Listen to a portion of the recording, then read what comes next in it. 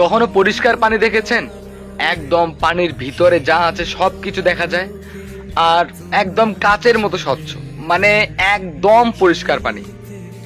একটু খেয়াল করে দেখেন, সেই পরিষ্কার পানিগুলোর মধ্যে কিন্তু মাছ চাষ হয় না। মাছ দেখা যায় না ওই পরিষ্কার পানির মধ্যে, আপনি একটা মাছ খুঁজে পাবেন না।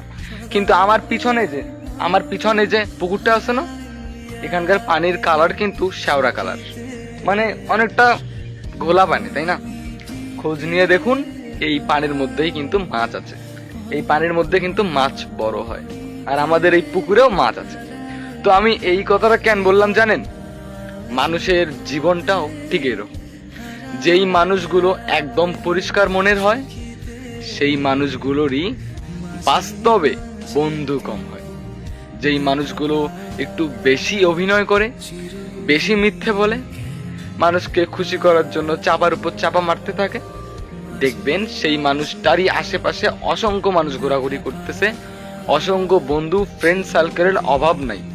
আর যেই মানুষটার মনের মধ্যে কিচ্ছু নেই, যেই মানুষটা একদম পরিষ্কার, যেই মানুষটা একদম সত্যিকারের ভালোবাসতে জানে, সত্যিকারের পাশে থাকতে জানে, সেই মানুষটারই আশেপাশে দেখবেন কোনো মানুষ নেই।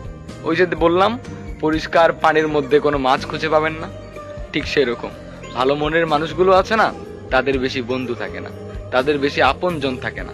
আপনজন থাকে বেশি তো সেই মানুষগুলোর, যেই মানুষগুলো মিথ্যে অভিনয় করে, মিথ্যে আশা দেয়, মানুষের বিশ্বাস ভেঙে দেয়।